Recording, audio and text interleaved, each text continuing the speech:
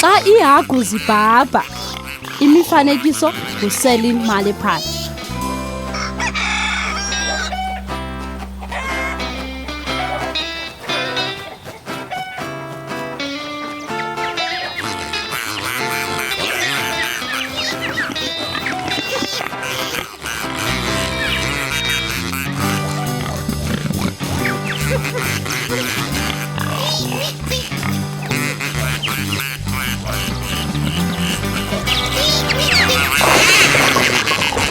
Xa iihagu zibhabha,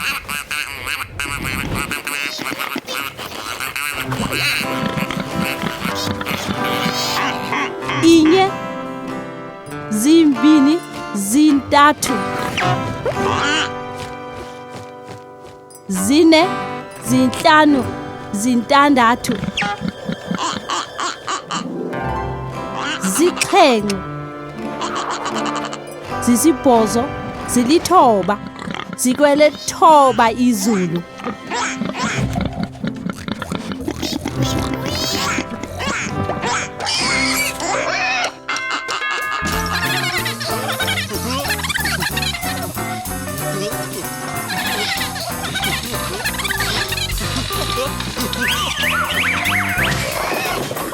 Ziyaziqikaqika yintsini.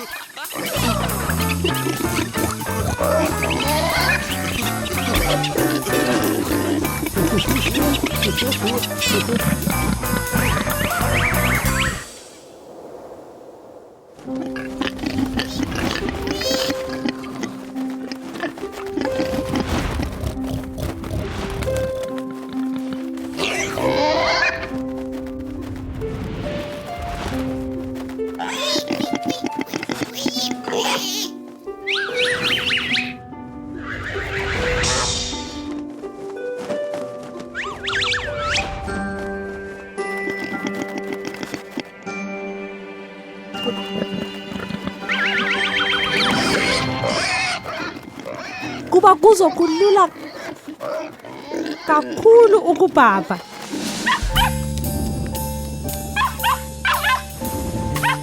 Ngaphandle kokuba liyadyudyuza imvula.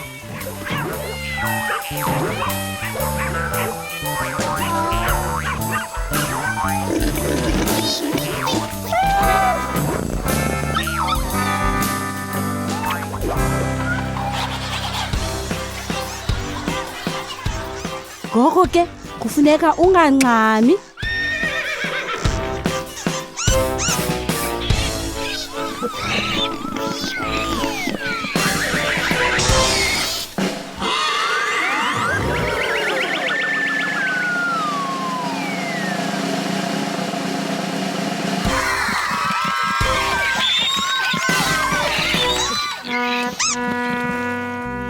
Okanye ungazibona usengxakini.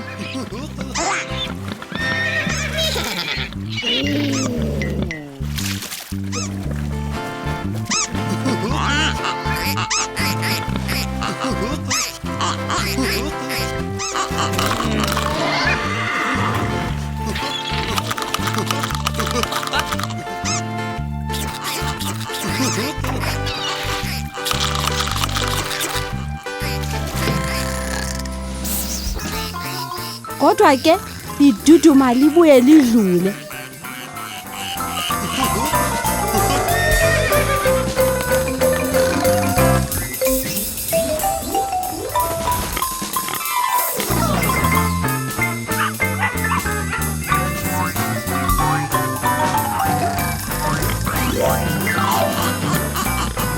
Bekungenzeka ntoni ukuba iihagu bezinokubhabha ngenene? Isiphelo.